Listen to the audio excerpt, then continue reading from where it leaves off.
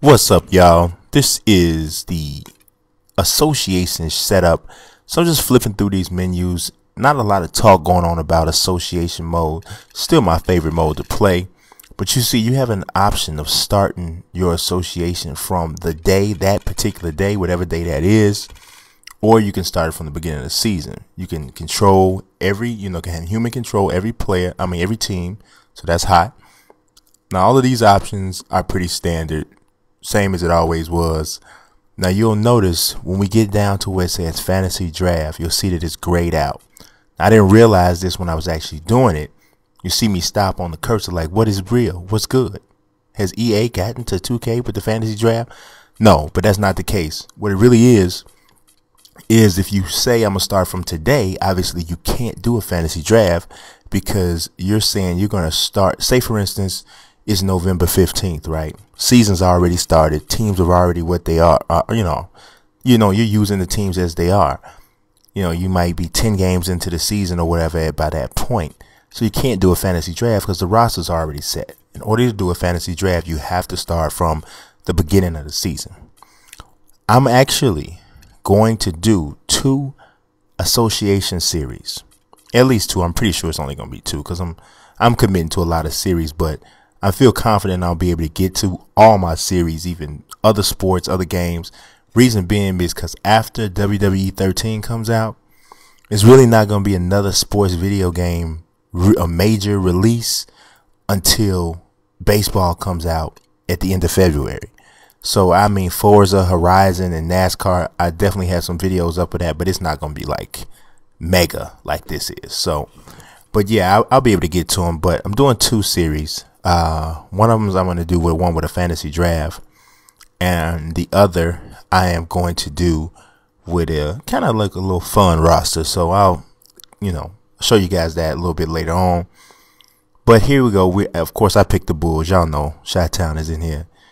But yeah, and this is pretty much the same. You're setting up, the roles and if your assistants take care of prospect scouting and player roles and that sort of thing, which some of this stuff I like to keep for myself. Other parts I really don't care to do. I don't need to do the staff contracts. Hire whatever damn trainer you want. Herm Schneider, I don't give a damn. Get anybody, I don't care. And that's probably a bite me, but I just don't feel like worrying about that. I also don't like setting up the training camps and stuff either. So that's cool. Here we go. We got to set the player roles. Now, I'm not going to show y'all any gameplay. Lord knows if you've been following what's on my channel, there's more than enough gameplay out here already. By my clock, the game actually released in stores about 57 minutes ago. So everybody got it now, for the most part. So, yeah, this is what we're doing. And I'm a little bit afraid about this, though. It seems like all your saves, your VC, everything is connected online. That just scares me because of servers. Now, at this time when I made this video, there were no draft classes out there. I am going to make one, though. I'm going to make one myself. I really never did that before, made an incomplete draft class, but I think I'm going to go ahead and throw one out there this year.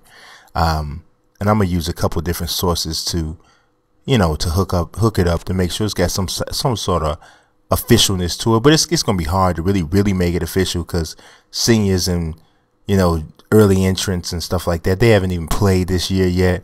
So if you do it too early, it's not gonna have the same authenticity.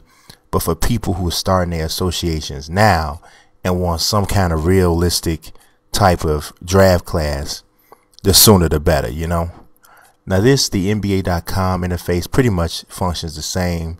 You got the 6 feature stories up there, and so we're used to seeing this. The one thing I dig, though, is if you take a look, and this was like this last year, but if you look at the League Pass, even if you don't control every team, you can always go to that League Pass section and play any game you want. Now, what this is the advanced simulation control. So, say for instance, I don't want to play a game, right? And I'm gonna let it sim straight through this. I really can control just how much the way my team is going to play during that time period. So, and that's why I got this achievement, Puppet Master, because I hooked it up and said, hey, we want Derrick Rose to be the #1 option, blah, blah, blah, blah. Here is what I was talking about with the league pass. All you gotta do is hit A. You could pick any game, even a game that's not your team, and play that game on the schedule. I like that. I've always liked that. You know what I mean? Because sometimes I do a series, or I play an association where I really don't specifically control one team.